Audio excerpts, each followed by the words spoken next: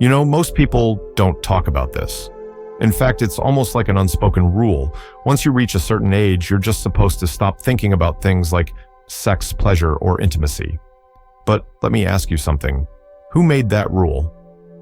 And more importantly, is it helping you or hurting you? Hi there, I'm Dr. John. I've spent over 30 years working with seniors all across the United States, helping them live longer, healthier, and more joyful lives. And one thing I've learned again and again is this health isn't just about what's in your blood work or on your medical chart. It's also about how you feel emotionally, mentally, and yes, intimately. Today, we're going to talk about a topic that's often swept under the rug, but it matters more than most people realize. What actually happens if you stop masturbating in old age? You might be surprised to hear that the answer isn't just nothing. In fact, avoiding this very natural part of human experience can quietly affect your body, your mood, your sleep, even your bladder and prostate health. And yet so many seniors feel shame or confusion around the topic. We're going to break that silence today with honesty, dignity, and science-backed advice. I'll walk you through what changes in your body as you age, how self-pleasure can help or hurt, depending on how you approach it, and what small, respectful steps you can take if this is something you've been avoiding or are just curious about. By the end of this video, I promise you'll feel more informed, more empowered, and hopefully a little more connected to your own well-being. And hey, if you appreciate this kind of honest, respectful guidance, feel free to hit that subscribe button and join our Senior Health Secrets community. We talk about all the things no one else will without judgment, just wisdom. Now, ready to dive in? Let's start by addressing the elephant in the room. Why is this still such a taboo topic, even among people our age? You know, I've had patients in their 60s, 70s, even well into their 80s, lean in close during a checkup and whisper, "Doctor, is it still normal to do that?" Sometimes they're embarrassed, sometimes they're worried, and sometimes they've just never had anyone to talk to about it. So let's be clear, the conversation we're having today isn't about being provocative or crude. It's about health. And for too long, this part of the human experience has been wrapped up in shame, especially for older adults. Many of you were raised in a time when discussing sexual health was frowned upon, let alone self-pleasure. Maybe you were told it was sinful, dirty, or something you grow out of. But the truth is, masturbation is a completely natural, normal part of the human experience at any age. So why does this matter more now in our senior years? Well, for starters, the body changes. Hormones shift, testosterone drops in men, estrogen decreases in women, and intimacy, whether solo or with a partner, can feel very different than it did in your 20s or 40s. That's not bad, it's not wrong, it's just life. Then there's the emotional side. Maybe you've lost a spouse, maybe you're divorced, maybe health issues, medications, or mobility have made physical intimacy with a partner more complicated or even impossible. Many seniors find themselves feeling isolated, confused, or even grieving the loss of a part of their identity, and all of this makes masturbation feel either off limits or just not worth thinking about anymore. But here's something I want you to remember. Intimacy is not just for the young. It doesn't have to stop just because your hair's gone gray or your body doesn't work the way it used to. In fact, for many older adults, this stage of life can be a beautiful opportunity to reconnect with your own body in a gentler, more meaningful way, without pressure, without shame. Let me tell you a quick story. A woman named Helen, she was 74 when she first came to see me, had recently lost her husband of over 50 years. She told me she felt like part of herself had simply shut down, not just emotionally, but physically. She said, "I don't know if I'm allowed to feel desire anymore." That line stuck with me, because she was asking permission to feel something completely natural. Over the next few months, we talked. She began exploring her own needs again, slowly, respectfully, with care. And what she discovered wasn't just physical relief, it was emotional healing. She felt more connected to herself, more confident, even happier. And do you know what she said? After a while, "I feel like I'm alive again." That's why this matters. And before you think this is just for women, I'll tell you men deal with this too. In fact, men are often told that if they don't have a strong libido anymore, or if their body isn't responding like it used to, they've somehow failed. Nothing could be further from the truth. You're not broken, you're human, and you're aging. There are ways to care for your needs that honor your stage of life. So if you've been holding in questions or just ignoring this topic entirely, you're not alone. But I encourage you to stay with me. because in the next part, we're going to talk about what actually happens when you stop masturbating in your senior years. What changes in your body? What signals might you be missing? And what can you do about it, if anything? This next part might just surprise you. All right, let's get into the science, but don't worry, I'll keep it simple.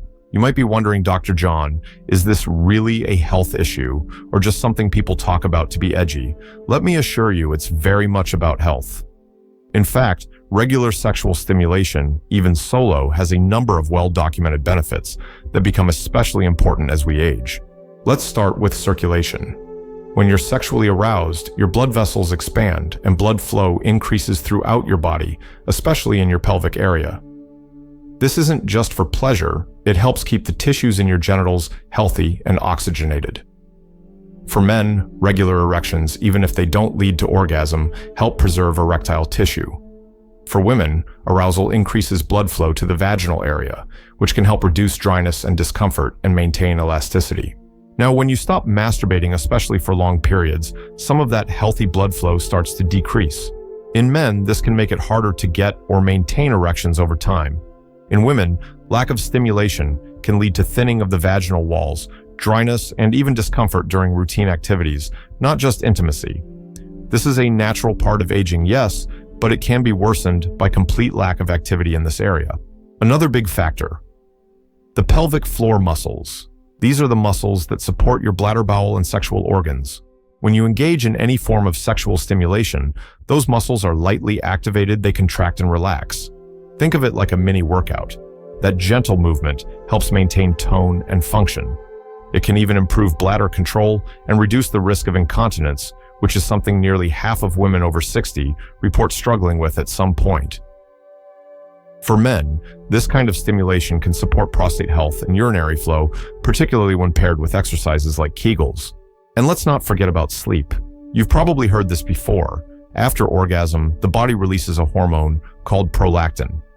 This is the same hormone that helps regulate sleep cycles. Combine that with the endorphins, those feel-good chemicals your brain releases, and you've got a natural medication-free way to calm the mind and body before bed.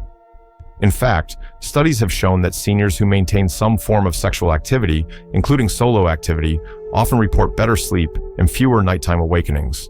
Now, here's something else many people don't realize. Masturbation is a form of movement.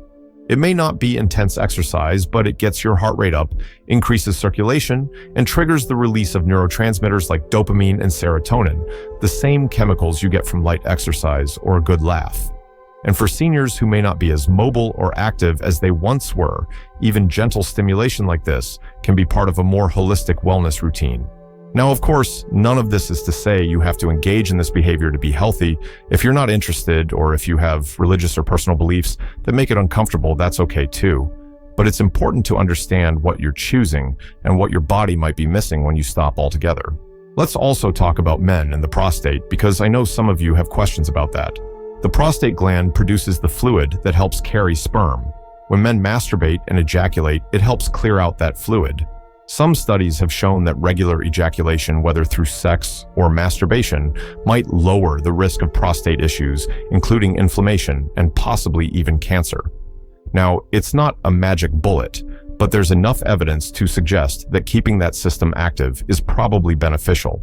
And for women, self-stimulation can help prevent vaginal atrophy, a condition where the tissues become thin, dry, and more prone to tearing or infection. It's incredibly common, but it's not something you have to just put up with. In fact, gentle, regular stimulation, even just a couple of times a month, can make a big difference in maintaining comfort and function. Now, I want to be clear, this isn't about performance. This isn't about what your body should be doing. It's about giving yourself permission to care for an area of your health that's often ignored and understanding the real biological effects when you don't. And if you're feeling unsure about where to start, or you've noticed some changes, maybe it's harder to get aroused, or you're dealing with dryness or discomfort, don't worry. Later in this video, I'll give you some gentle practical tips you can use, even if it's been years since you've thought about this part of your body. But before we go there, let's talk about something even more powerful than what's happening in your blood flow or hormones.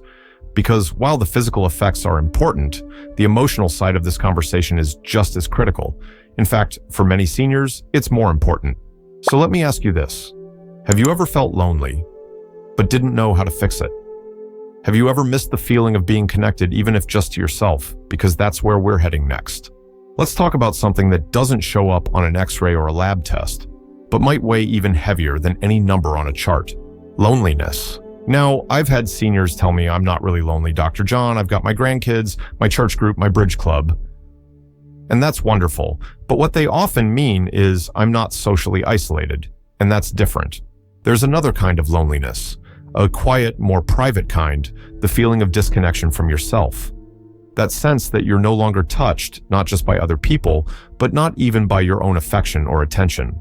It's subtle, it creeps in slowly, and it can have a surprising impact on how you feel day to day.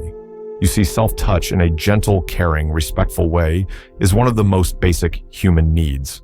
It's not just about sex or stimulation, it's about reminding yourself, I'm here, I'm worthy of attention, I deserve comfort.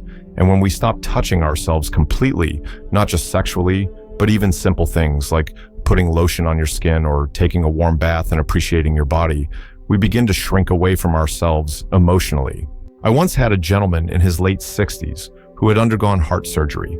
After recovery, he told me, it's like my body isn't mine anymore. He had scars, medications, side effects, and yes, sexual side effects too. He stopped any kind of physical intimacy, even alone. And gradually, he became more withdrawn, more downcast. His wife passed away a few years later, and he said to me one day, I feel like I stopped existing in that way a long time ago. That broke my heart. But I also saw something beautiful happen. With time, with some honest conversation and a little guidance, he began to reconnect. It started with daily stretches, then massages, then eventually, he allowed himself to enjoy solo intimacy again. He said, it's not about fantasy or lust anymore. It's about feeling like a man again, like a whole person. That's the key here. Masturbation in old age isn't about trying to reclaim youth. It's about honoring your full humanity right now. Let's also talk about mood. I touched earlier on how sexual activity releases chemicals like dopamine, oxytocin, and endorphins. These aren't just pleasure chemicals, they're also known as natural antidepressants. They improve mood, reduce anxiety, and give your brain that gentle feeling that helps you exhale a little more deeply after a long day. And when you go long stretches, without that kind of release or connection, you might start feeling more irritable, less motivated, or just kind of flat. This doesn't mean you have a mood disorder or need medication. It just means your brain is missing a natural rhythm of chemical balance that we often don't even realize is linked to sexual well-being. And let's not forget the role of self-esteem. Seniors often deal with changing body's illness or reduced independence. It's easy to start feeling like your body is only a source of problems or that it's no longer desirable or worthy of care. But reconnecting with yourself, even in small private ways, can shift that perspective. I've had women tell me I finally looked in the mirror again after years. Men have said, I thought that part of me was dead, but it turns out it just needed some attention. These may sound like small victories, but they're not. They are profound affirmations of life identity and agency. Now you may be thinking, all right, Dr. John, this all sounds good, but I haven't even thought about touching myself in years. I wouldn't even know where to start. And frankly, I feel silly trying. I hear that, and you're not alone. So next we're going to talk about how to approach this gently and respectfully, whether you're single, widowed, partnered, or simply curious about your own health. I'll give you some simple steps, a few do's and don'ts, and how to bring kindness, not pressure, into this part of your life again. Because this isn't about doing anything the way you used to. It's about creating something new, something that fits who you are now. So let's say you're curious. Maybe something I've said has sparked a little thought inside you, a what if? And now you're wondering how to even begin. First, let me say this clearly. There is no right or wrong way to reconnect with your own body. This isn't about technique. It's about intention. And the best place to start is gently. For many of us, especially if we've gone years without thinking about this part of ourselves, the first step is simply giving yourself permission. That means letting go of the old voices that might be stuck in your head, the ones that say, you're too old for this, or that's dirty, or you shouldn't need that anymore. Let me ask you this. Would you ever say to your friend, you don't deserve comfort? Of course not. So why would you say it to yourself? Start by creating a space that feels safe and private. It doesn't have to be fancy. Maybe it's just your bedroom in the evening with the door closed. Maybe it's during a warm bath. Light a candle, play soft music. The idea is to create a sense of calm, not performance. Begin by simply touching your body, your arms, your legs, your belly. Use lotion if you like. This isn't sexual yet. This is about reintroducing yourself to yourself. Feel the warmth of your skin. Notice how your body responds. Are there areas that feel good to touch? Are there areas that feel numb or even uncomfortable? No judgment, just awareness. If you're feeling nervous, start slow. One woman I spoke with, she was 79, told me she simply started placing her hand on her chest before bed. She'd close her eyes and take a deep breath. It made me feel grounded, she said, like I belonged in my body again. That's beautiful. That's intimacy. Now, if you feel ready to explore further, whether that means self-pleasure using gentle touch or even a vibrator, it's perfectly okay. Just move at your pace. Some seniors find it helpful to use a small mirror, especially if they feel disconnected from their genitals. It can be awkward at first, but it's also incredibly healing to look at your body with curiosity and kindness instead of judgment. If dryness is an issue, especially for women, don't hesitate to use lubricant. Water-based lubricants are generally the most comfortable and safest to start with. There's no shame in needing or wanting it. In fact, it's one of the best things you can do for comfort and health. For men, if you've noticed decreased sensitivity or slower arousal, remember that's normal with age. Try to focus on sensation and relaxation rather than outcome. You don't have to rush. This is your time, and there's no stopwatch involved. You might even consider reading a romantic book or listening to a sensual audiobook. Not pornography, unless that's something you're comfortable with, but something gentle, imaginative, even nostalgic. Our brain is a powerful part of intimacy. And sometimes a good story can awaken memories and feelings that have been asleep for too long. And if you're partnered and both of you are open to it, this kind of exploration can be shared too. Sometimes, partners in long relationships stop being intimate due to illness, mobility issues, or emotional distance. But reconnecting physically, even through hand-holding massages or lying close, can reignite a sense of closeness which might lead to renewed intimacy, or at least affection. Now, let me say this, because it's important if you have medical concerns like a pacemaker, arthritis, pelvic surgeries, or even past trauma, and you're unsure how to approach self-pleasure, talk to your doctor. And if you don't feel comfortable talking to them, find one who makes you feel safe. There are also sex therapists who specialize in aging populations. They exist, and they can help. This isn't about being sexy in the way society often defines it. This is about reclaiming ownership over your body, your joy, your right to feel.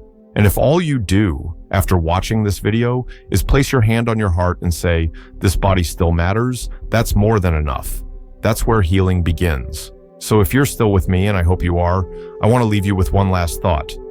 The body may age, skin wrinkles, hair, grazed joints creak, but the need for connection, comfort, and closeness never disappears. It may change shape, yes, but it never stops being part of you. And now we'll wrap up with a simple summary and a final, hopeful message. So here's the heart of today's message. Masturbation in older age isn't shameful, silly, or unnecessary. It's a natural, personal, and often beneficial part of staying emotionally, physically, and mentally healthy. You're not too old for this. You're not doing anything wrong. In fact, you might just be offering your body and soul something deeply needed: attention, care, and a little love. If this helped you see yourself differently, if it gave you comfort, clarity, or even just a bit of courage, I'd love for you to comment one below to let me know. And if you think someone else in your life might benefit from hearing this, please feel free to share it. Remember, there's no expiration date on being human. You deserve to feel connected, comforted, and alive at every age. Thank you for being here with me. Until next time, take good care of yourself and be gentle with your heart.